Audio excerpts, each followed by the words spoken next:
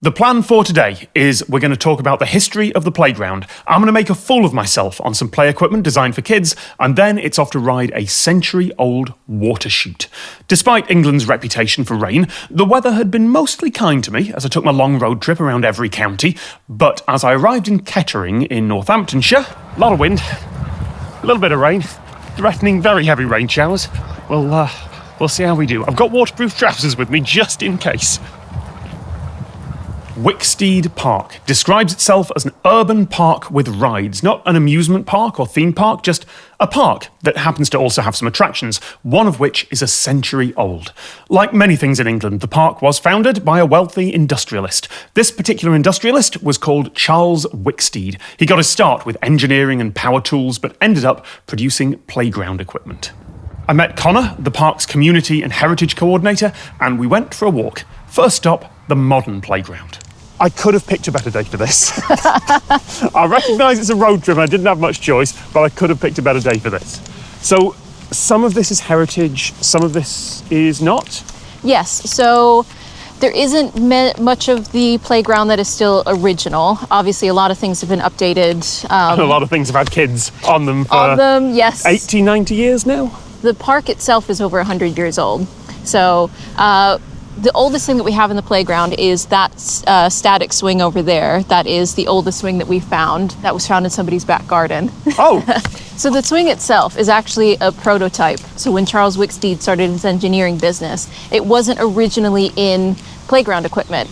He started off sort of like his career in steam plowing, but he had a real knack for engineering and was making things from like gearboxes to equipment to stretch metal pipes and bicycles and things like that. Wicksteed got rich. He decided to open a public park and he started designing playground equipment. The swing was one of the prototypes found in someone's backyard about a century after it was built. He can't have invented the swing, surely, or... No. Okay. Like a lot of inventions, the history of the playground swing is complicated. From my research, I think it's fair to say that Wicksteed helped codify it, like the idea of two A-frames joined with two descending chains and a seat. That was probably him. There were clearly other prototypes, though, because there are 1920s photos of this same playground. And you can see that some of the swings used to be a lot larger. Also, perhaps you'd like to try a jazz swing, where the seat was suspended from two pairs of A-frames with rigid poles instead of chains? Or how about a seesaw swing? There is so much in that picture. The kid swinging with all his might. Is it a kid? Not sure. Two people at the top clinging on. The guy casually smoking in front of it, ignoring the scenes. For obvious reasons, in this century, we consider that the penalty for a kid slipping on playground equipment probably shouldn't be potential death. I have to at least try and sit in the world's oldest surviving swing. I feel like that's a... Oh, it's not a swing, but I can now say, like, tick, have done that. Connor said the poles on that first prototype swing have probably been replaced over the years, but the seat and chains are original. He originally saw kids coming after Sunday school and building their own rudimentary slides and swings, much like the wooden ones that you can see in the back here. Wait, are those slides? Yes, those are slides. Okay, let's go see the slides. Now, are these originals or are these replicas? So these are replicas. Okay. But we did try to stay as true as we could to what the original ones looked like, because it is made out of wood, and I think everyone's having the same thought of splinters. Yeah. They would bring blocks of wax and candlesticks. Right. And rub it on the wood to make it really smooth. Right. And then the theory was the more wax you'd rub on it, the faster you'd go down the slide. The slide was not waxed, but, well, I had to try it. Is this going to go well? I feel like this isn't going to go well. Well, I've never tried it myself, so... You're the historian here? You're the... Yeah. Well, okay, I'm going to try it. If it works, you should absolutely follow me. Okay, I'll do my best. I am in a dress. That's my excuse. Oh, okay, so. that's a really good excuse. I mean, my excuse would be I like these jeans and it's wet because it's been raining all day, but I'm going to see... Oh, that's actually quite slippery. No. Do you want to push?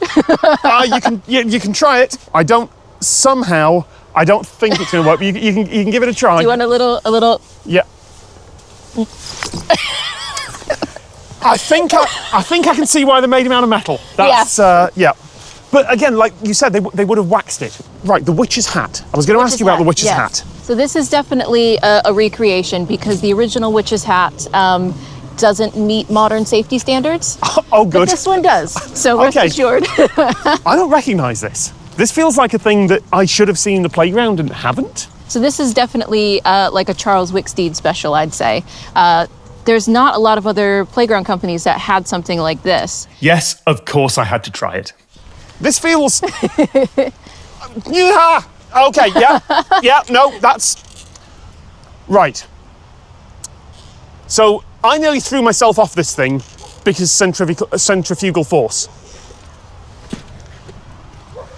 What was more dangerous about that in the past? Well, for instance, you can kind of feel that it's a bit squishy underneath us. Yeah. So the landing is definitely a bit more forgiving than it used to be. Right. Because back in the day, it was all just concrete. Oh, okay. So if you fell off of this, you weren't really going to have a good time. Not only that, but the old version didn't have a limiter on tilt angle or speed. So if you're holding on in the wrong place, your fingers could get slammed and dragged along between the seat and the pole. The Wicksteed logo is still on the new witch's hat, though, because it turns out they're still a playground equipment company, still based there in Kettering, still making new stuff. So this one is called the Beanstalk. We put out a competition to local kids, 11 and under, to design their own playground equipment. And we said that the winner would have it actually be built. Oh! So this was designed by an 11-year-old from Northampton named Mia. And she taught herself 3D modeling software to send in her entry. And then we worked with her the entire way. We went with her to the Wicksteed engineering company. Is there an age limit on this? Absolutely not. Go for it. I mean, it's also very rainy here. Yeah. And I've now got a wet arse from the slide, so there's a very real chance that I will fall over at some point up here. I mean, obviously I have to go down the slide. I'm a 40-year-old man going down a playground slide, but yeah, all right, fine. It does go really fast when it's wet. It does go really fast when it's wet. I'll go down at the bottom, but I'll be back a bit. Okay. And I can see... I should have put the waterproof trousers on. Well, here we go. That's... Hooray! Oh, yes! Yes, it does, and I have a very wet arse now. All right, good. Should we go see the water chute? Yes, let's go. No, that was a lot of water. I've made bad choices. I didn't expect there to be like a puddle at the bottom of it, the thing. At the point where I realised there was a puddle at the bottom, I had already got my legs in this slide and I was committed. It took a few minutes to walk to the water chute, so while we're on the way, a brief diversion. If you're travelling outside your home country soon, consider downloading Saily. I've been testing their eSIMs for quite a while now, and they've worked great. Here in the UK, they work about the same as my actual British contract SIM card. Using Saily abroad means not having to pay ridiculous roaming data charges from your own provider. So if you're travelling soon, download Saily now while you're watching this video. Just before you set off, buy a pass, and it'll activate automatically when you arrive and your phone finds the local cell service. On almost every modern phone, you can keep the Saily plan and your own mobile plan running at the same time, so you can still use your regular number for old school actual phone calls if you really need to. Saily has plans for countries around the world, for whole regions, or even the Ultra plan, which means your phone just works in more than 100 countries, along with giving you passes for airport lounges and fast track security. You can download Saily right now using the QR code on screen or the link in the description, and remember to use the code TOMSCOTT at checkout for an extra discount. After about the length of an advert, we were approaching the water chute. On the way, we passed by plenty of other rides in the park, a narrow gauge railway, some flat rides, a couple of small roller coasters, a boating lake, but it was quiet, so those were all packed away when I was there. Like I said, I could have picked a better day, although at least my editors don't have to blur a lot of footage of the public. So this is the water chute. This is the water chute, yes. It looks so simple. The main tower for it is hidden behind that tree. We'll see that in a moment. We know that this is the oldest surviving water chute of its kind. It's by no means the first one that was ever installed or invented. This also isn't the original location either. It's been shifted just a little bit. The very first rendition of it, the track that the chute goes down, was actually made out of recycled bed rails. Oh, right, okay. That would have been rattly. There used to be one man that just winched the boat back up. Oh, it was just manual. Of course it was, because this is 1926. You're not going to hook this up to electricity or bother to put a... Yeah. I was thinking like diesel generator or something, or whatever the 1926 equivalent was. You're not going to put a steam engine in there Yeah. to winch this back up. It's a tub going down a chute, basically. Pretty much. Yeah. I mean, some people have likened it to a skip as well. Once you see the actual boat, it does look a bit like a skip. But, Okay. You know. I love that the person with the American accent has anglicised that and not used dumpster.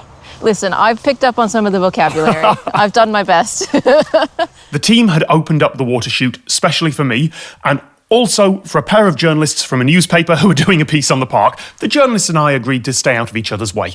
Connor and I climbed up the stairs to the tower, which are apparently the same design of stairs that Wicksteed used for children's slides. Oh, wow. And Connor left me with Sam, who was in charge of operations that day. Is this the original boat, ride vehicle? What term It's do you the use? original design, Okay. but it's a fully refurbished boat. So I would liken this to Trigger's Broom. I was going to Very I was much going to so. say exactly that. A very well-loved, well cared for Yep. Trigger's Broom. Right. People outside the UK and people younger than 30 may know Trigger's Broom as the ship of Theseus. All the parts have been replaced over the years, but still the same boat. So that's the river down Yes, there. it was, yeah. So originally you had a water chute that went down on bed rails straight down into the River Eye. So we've upgraded. They're not quite so much bed rails now. Yeah, there's but modern it's still- safety railings down yeah, there. You've got all machinery at the back here. So it's run from a compressor and a motor system. Right, so it's not someone hoisting it back up, okay. So there's no extra strength training, manual handling, And this is hoisting 12. So, padded now? Yeah, so these are all padded and the seat backs are padded as well.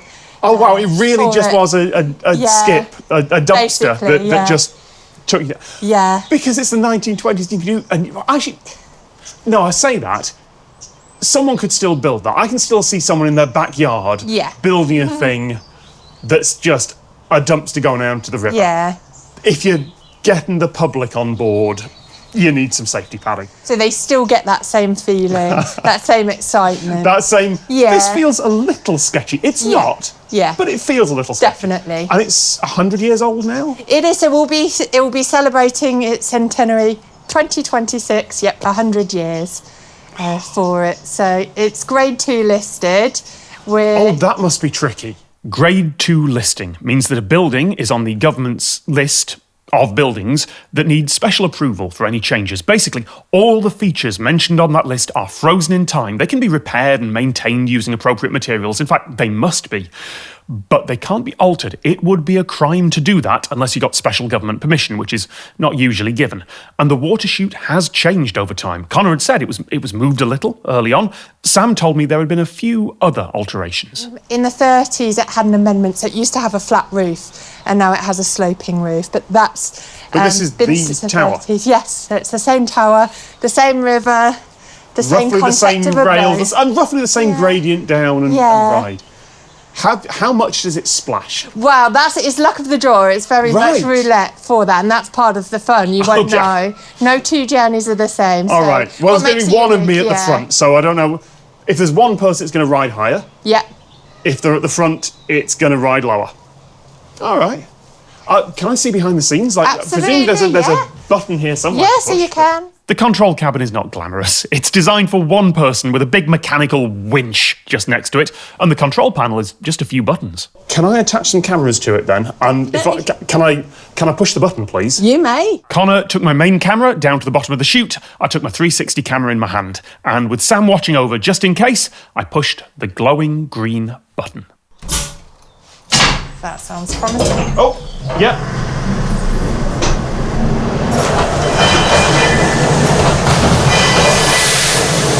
A lot of things happened there, so while the boat's coming back up, let me replay that and talk you through the system, because it's both simple and really clever.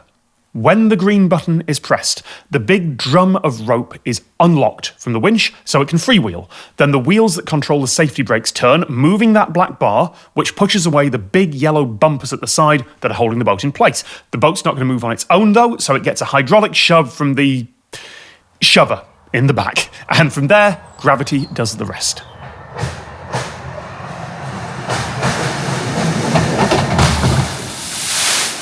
A second button locks the rope drum back into the winch, and the boat comes back up. Can you tell I'm getting excited about engineering here? Yeah. All right. But that chute is grade 2 listed. I looked up the actual listing and it mentions several specific things. The electric wheel that winches the boat back up, the metal cage around the winch, and the fact that the passengers are, quote, splashed liberally upon hitting the water. Those are part of the listing. Until 2016, this ride could be updated, had been updated to move with the times. And now, if someone invents a better winch or a magic levitation device that could bring the boat back up, or if someone wants it to not get the passengers wet, nope. The ride is 100 years old and it must never change again. Well, I've been putting this off, but may I? Definitely, yeah. So, do not get the 360 camera caught in the tree. That would be bad. That would be very bad. Okay. Here we go. Let me know when you're ready. All right. You ready down there? Yeah, ready?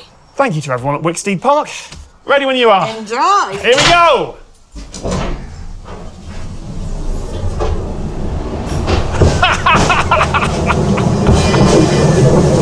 Oh!